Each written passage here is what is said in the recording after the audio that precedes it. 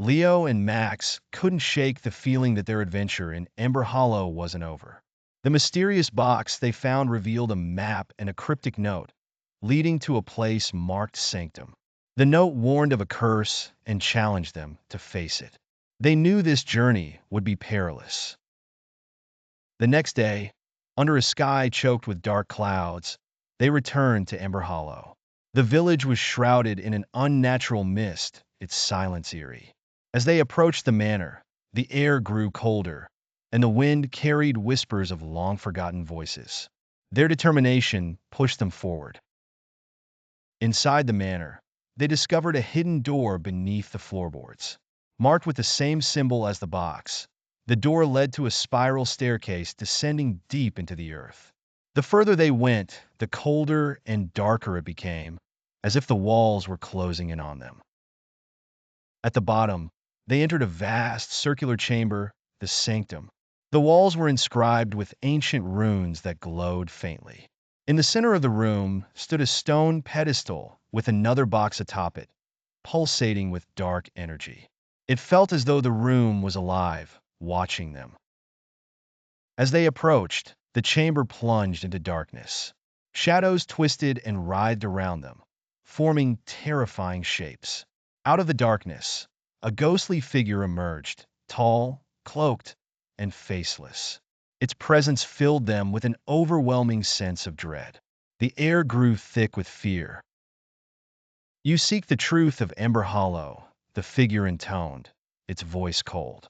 "But to uncover it, you must confront the darkness within your souls. The curse will lift only when the bravest heart stands firm against it." The ground beneath them cracked open, and Leo and Max were suddenly separated. Leo found himself in a twisted forest where trees moved on their own, their branches reaching out like claws. Fear gripped him as he realized something was hunting him. His heart raced, but he knew he had to keep moving, even as the unseen presence grew closer with each passing moment. Max, meanwhile, stood on the edge of a crumbling cliff, the winds howling around him. The ground beneath him was unstable, threatening to pull him into the abyss.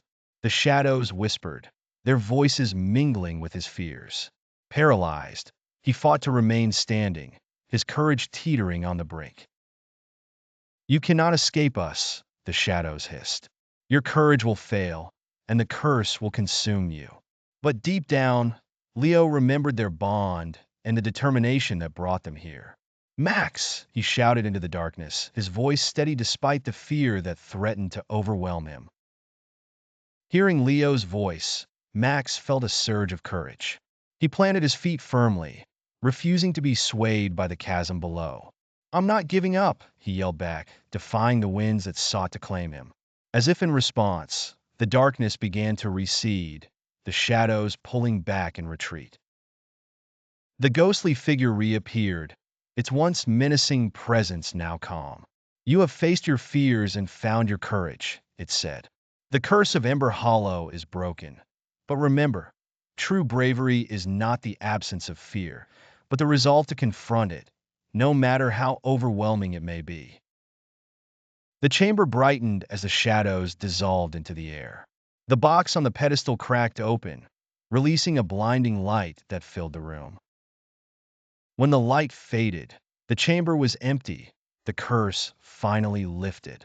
Leo and Max, their hearts still pounding, exchanged relieved glances. They had faced the darkness together and emerged victorious. They made their way back to the surface. The mist around Ember Hollow began to dissipate. The village, once shrouded in eerie silence, seemed to breathe a sigh of relief. The boys knew they had gained something far greater than the truth. Bravery isn't the absence of fear. It's the strength to confront it. True courage comes from facing your darkest fears and refusing to give up, no matter the challenges that lie ahead.